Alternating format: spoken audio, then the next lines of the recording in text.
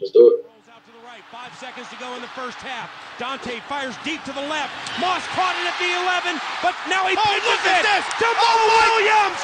Touchdown! You gotta be kidding me!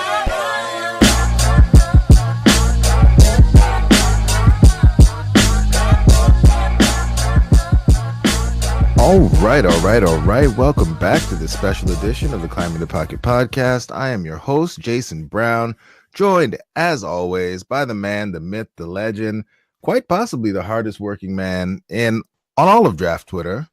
How's it going, JR? Good, man. A marathon tonight, but I'm excited to be back home, Climbing the Pocket podcast. I'm excited to discuss some offensive tackles. Yes, sir, man. And you're out here putting out that work. This is what is this? I think this is the sixth installment of JR coming on here and dropping gems on us here, talking about these different position groups. But as always, if you've been listening to the series thus far, you know what's coming next. It's a reminder: if you haven't bought the draft guide, go on and buy the draft guide. It's only $5, supports a great cause. You get a bunch of great information. If you have bought the draft guide, go tell a friend who hasn't bought the draft guide they should buy the draft guide, because it's a great draft guide, or just buy it for them. You get the benefit of helping a friend, helping a great cause, and helping your friends get smarter about football. It's a win for everybody. So make that happen. Let's get it done. And with the shilling out of the way, let's hop into these prospects, JR. Number 5, who you got for us? Who is the number 5 tackle on your big board? So number 5 may come as a bit of a surprise considering how bad he was at the combine, and that's Orlando Brown, the tackle from Oklahoma. Whoa. That is my number 5. Okay. Tackle.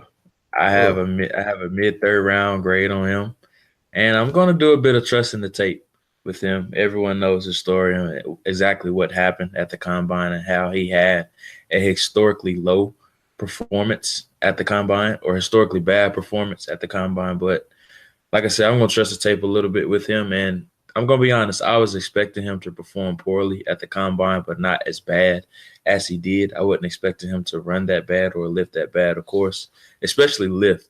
I thought he would be one of the higher numbers in that area, considering his body frame and just how massive that he is. But as far as his playing style, he's a guy that's best suited in a man blocking scheme team, because he's a guy that you just want him to get in the way and lay on defenders. That's what he does best. He's not a guy that's going to fit a zone scheme because he doesn't move laterally well or climb to the second level to get his body in position to block those linebackers or safeties that's on the second level. So he's a guy that needs to be in a man blocking scheme, and I think that caters to his strengths much more. And it's going to be tough because if he doesn't work out at tackle, there's nowhere where he can really go, because I don't think he's strong enough to transition inside, and he can't bend like that to transition inside to play guard. So he's a bit of an experiment and a huge project, and he's a big projection. You're really going to have to trust the tape with him if you do end up drafting him. So with a guy, like Orlando Brown, kind of before the combine, before this, people really got digging into things. And I know that you'd mentioned beforehand that you expected him to test poorly just based on what you'd seen on film. But with the guy who is such a marginal athlete, how is he going to win at the next level? Like, when you're projecting a guy like Orlando, like what does he need to do? What does he need to work on in order just to not be beaten off the edge on every pass down that he's out there for? And this is something that I've said when we talked about him previously during the combine. I think he needs to lose about 10 to 15 more pounds. He's done a good job of shedding weight every year he's been at Oklahoma. I mean, he started off his college career at 400 pounds. And he's down to, I believe, 345 is what he was at the combine. So he shed weight every single year. He was 360 coming into this year. So he's progressively declined his weight. And I think that's something he needs to continue to do, because it will help him out as far as flexibility and being able to move. As far as him succeeding on the next level, I compared it to Jack Conklin with the Tennessee Titans. Obviously, he was a first-round pick and will be a much higher pick than Orlando Brown will be. But the way that the Titans protected Jack Conklin was that they ran a lot of tight end attached sets, because that makes defensive ends have to take a wider path around him as opposed to that straight line path with him having a soft edge or no help on his outside pocket. So I think a team that runs a lot of attached tight end sets or a lot of 11 personnel could help him out a lot, having those tight ends beside him more often. And another thing I'm noticing here, and it kind of you slipped it in there pretty quickly when you were talking about it, but your number 5 tackle, and you're giving him a mid third round grade. Is it safe to say you don't think very highly of this tackle class?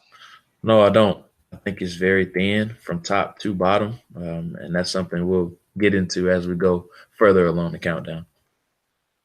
Okay, well, with that, then let's get to number 4. Number 4 is Jamarco Jones, the tackle from Ohio State. He's a guy I really like. I've compared him to Charles Leno, the left tackle from the Chicago Bears. A guy that is a bit slight. He needs to put on some weight, but he is a good athlete. That's what you see from him. He didn't test overly well as far as an upper echelon athlete for offensive tackle, but what you see on his film is that he's very smooth. He's a very good pass protector, and he has those small ankles that you love to see in offensive linemen, and that just shows that he can really move. He can bend really well. His pass sets are very fluid, and he gains a lot of depth on his pass sets. Now, he needs to gain some strength because he isn't very sticky in the running game. A lot of defenders are able to shrug him off or knock him off of his path, and he's not able to stick on them in the run game. You see him kind of lose his balance from time to time, and that just comes with him being able or having to get in the weight room more often to be able to gain that weight and just having more control when he does block. Yeah, just given his size, I guess, does he have any positional flexibility? Has he played anywhere else, or do you see him strictly as an outside guy? I see him strictly as a tackle, and I think that's where he's best suited as. And I think he's a guy that can survive best at right tackle. I think he's a right tackle. I don't think he probably could survive as a left tackle. I really don't trust him protecting the quarterback's blind side, even though he did it at Ohio State. I like him much better at right tackle. Okay, all right. And this next one here, I want you to go a little bit deeper on this one, because this next player is one that kind of going into the process, not a lot of people were talking about him, but as time has gone on and people have gotten deeper into the tape, he's really come up here. So who do you have as your number 3? Tyrell Crosby, the offensive tackle from Oregon. I'm a big fan of him. And you're right, he's gotten a lot of buzz here lately, and I really like this film. I actually watched him back during their bowl game. I studied them before they ended up playing Boise State in the bowl game because I wanted to have an idea of exactly what to look for in him before I watched that bowl game. And I was impressed with him from the bowl game as well. What he showed on film is exactly what he showed in that bowl game as well. They ended up losing the game. They ended up getting crushed. But he still shined in that game. He did everything that he needed to do. He put the positive stuff on film that you want to see from him. Now, I do have some questions about him. Is he going to translate better inside, or can he hold up at tackle? And what I mean by that is Oregon's offense really hid his deficiencies a lot because their offense is predicated on getting the ball out very quick. So he doesn't have to hold those blocks or sustain those blocks on the perimeter for a very long time. And he doesn't set vertical or set back. That's what you like to see with offensive tackles. He sets horizontal. And that's really the technique that they teach at Oregon because they know he's not an overly great athlete. So he's not going to be able to set back like a traditional offensive tackle does. So what he has to do, he has to widen the angle by setting horizontal because it makes the angle harder for those speedy edge defenders. So you're really going to have to reteach him technique. You're going to have to break down his technique completely, what he's been doing the past 3 years at Oregon when he was there, and teach him how to gain depth on his pass sets, because if he runs or if he does that technique in the NFL, a lot of edge rushers are just going to have a lot of counter moves where they're going to run up the field and come back underneath him because he won't be able to recover. So he's going to have to redefine that technique. But he's a guy, I think, if he takes coaching well, he's able to adjust with those new coaching points and being able to set back vertical and improve that technique. He's a guy that reminds me a lot of Deion Dawkins from a year ago. Now, I think he's a better prospect than what Dawkins was, but I think he's probably a guy that's going to have to move inside, because I'm not so sure that if you teach a guy a whole new different technique and pass protection, I think you're kind of setting back his development. And what I mean by that is you don't want him experimenting with that new technique, and if it doesn't work, now his confidence is going to be low. But if you move him inside, he already has that power, that big barely frame that you love to see in those offensive guards. And he's just a bulldozer already from the outside. So that's a trait that translates inside. So I like his traits more on the inside. And with that, and there's something you just said there, and it was a question that I was going to ask you. I guess with any of these three guys that you've mentioned here, and I know you've already said you're not really, particularly hype on this class, and the grades that you're giving on these guys, aren't great either. So I'm at like any of the guys that you've listed so far, do you see them as anyone who would be able to step in and start at tackle right away, or is it really the only one that you see would be Crosby kind of starting as an inside guy? I think Crosby could step in and probably be a right tackle right away, just because he has the strength and he has the body frame right now to be able to survive while he's still learning that new technique. But it's going to be a trial and error period with him. And just like I alluded to earlier, with that new technique, it's going to be a trial and error period to see if it does work out. But I think with his strength and his mentality to finish defenders on the ground and not settling for less, I think that mentality will help him be a starter from day one. Okay. All right. Well, let's keep this thing moving along. Who do you got at number 2? Number 2, Connor Williams from Texas. He has been a highly debated prospect, and his stock has really been all over the place coming into the year. He was a lot of people's top-ranked prospect. He was getting some labels as the next Joe Thomas, and the hype was real coming into this year. He had a lot to live up to. Hadn't allowed a sack coming into the year, but he really disappointed this last season. He suffered a knee injury in the season opener against Maryland, and he was up to that point. He was disappointing in that game as their left tackle. He came back against West Virginia. He had an okay performance, but he still didn't look like that 2016 guy that we was accustomed to seeing. And now the biggest debate is, can he hold up outside? Because of his measurables, he isn't very long. He just falls short of the arm length threshold. Now, the regular arm length threshold, or the standard arm length threshold for NFL teams, is 33 inches. He falls just short of that. He came in at 32. So a lot of people are saying, does he need to transition inside to guard? So that's a big debate going on with Connor Williams right now. He's a guy that I think is going to slip a little bit. That's the reports coming out right now, because a lot of teams have him as a guard on their boards, and some teams have him as a tackle. And he's never played guard before, so that's another risk that you're taking with him. So if he doesn't end up working out at tackle, who knows if he can hold up at guard? And I think that's why one of the biggest reasons why he's slipping to this point. Okay. All right. Well, I'm not gonna lie. The first set of guys that you talked about here, there's nothing really to get too excited about. Can we bring it home on a high note? Who you got at number 1? Mike McGlinchey from Notre Dame. He's a guy I actually like. I'm really high on Mike McGlinchey. Now, he doesn't have a very high ceiling. I think he sort of plateaued a bit when he was at Notre Dame. He's played left tackle the past 2 seasons. He was a right tackle before that. He's a guy compared to Ricky Wagner. I think that's a perfect comparison for him. Had a lot of chemistry with their left guard. Obviously, Quentin Nelson. Those guys came in together, and they've played together the past few years at Notre Dame. And what you see with McGlinchey is that he's a guy that's really learned on the go in his time in Notre Dame. But he's gotten better every single year that he was there. It's not easy to switch from right tackle to left tackle in a single year and have the success that he's had. Now, he needs to work on his hand usage a bit. That's one thing you see with him. He doesn't really know when to time his punches when engaging with speedy edge rushers off the edge, and his foot speed is a bit slow.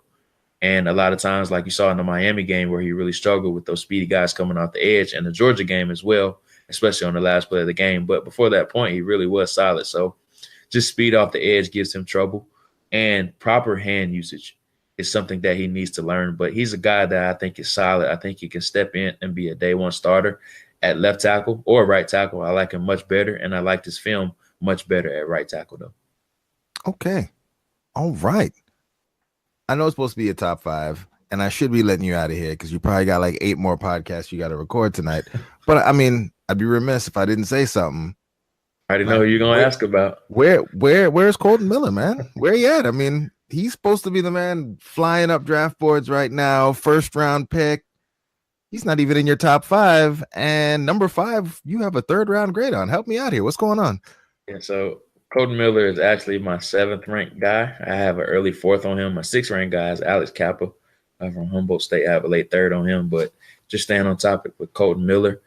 Obviously, he tested amazingly at the combine in the 99th percentile of a lot of categories, one of the best combines ever for an offensive tackle, but he just doesn't play like that on the field to me. And I've made this comparison on every single podcast that I've been on and asked me about Colton Miller. He can end up being anything from Nate Solder to Jayson Spriggs. That's how up and down his stock is and how mixed the opinions are on him. But, of course, a lot of teams are going to think that they have the secret sauce or the secret recipe to help him improve.